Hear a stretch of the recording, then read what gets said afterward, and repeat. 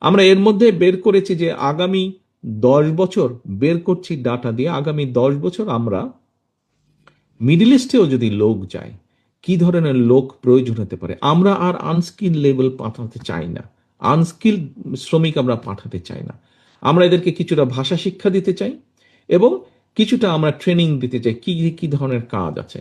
অন্যান্য আরো অনেকগুলো দেশ থেকে, পাশের আহ, আহ, ইন্ডিয়া থেকে যাচ্ছে, পাকিস্তান থেকে যাচ্ছে, ইন্দোনেশিয়া থেকে বিভিন্ন জায়গায় যাচ্ছে, কিন্তু যেই মানুষগুলো ওইসব দেশ থেকে যাচ্ছে আমরা খেয়াল করে দেখলাম এই মানুষগুলো সুপারভাইজার বা অফিসার লেভেলে যাচ্ছে।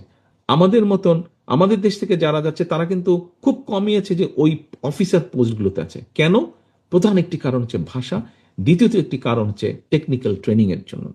ভাষা এবং টেকনিক্যাল ট্রেনিং জানা না থাকার কারণে আমাদের মানুষগুলো ওই কম বেতনের কাজটা করছে। আমরা এটাকে পরিবর্তন ঘটাতে চাই। শহীদ জিয়া বাজারটার ব্যবস্থা করে দিয়ে গিয়েছিলেন।